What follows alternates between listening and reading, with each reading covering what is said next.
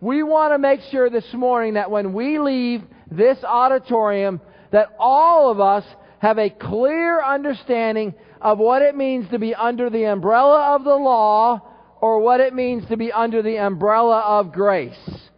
We want to know, as we read verse 14 and 15, if the Word of God teaches us that some are under the law and some are under grace, we want to know what's the difference between being under the law and under grace.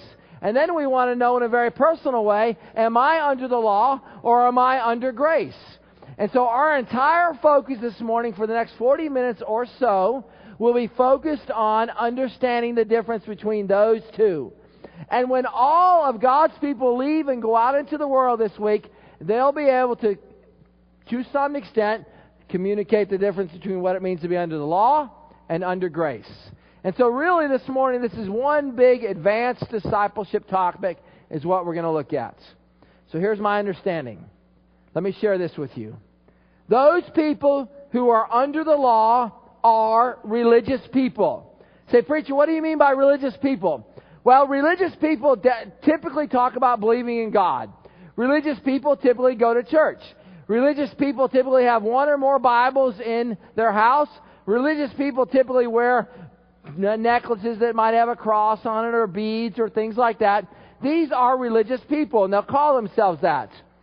Religious people under the law obey the law in hopes of being found righteous before God one day.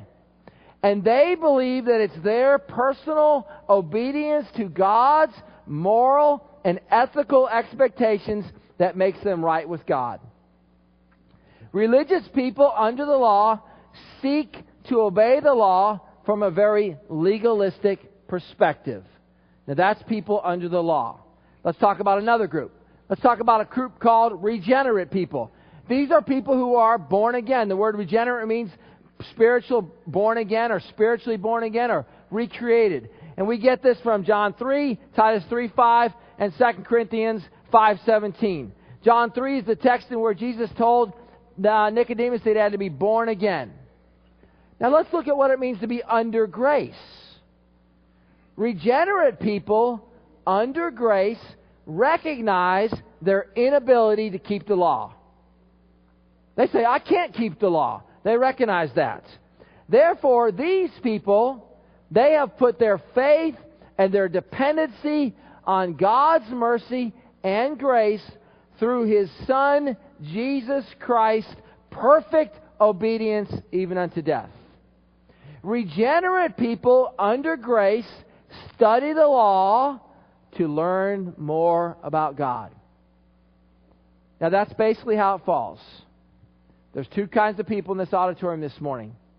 There are people under the law, and there are people under grace.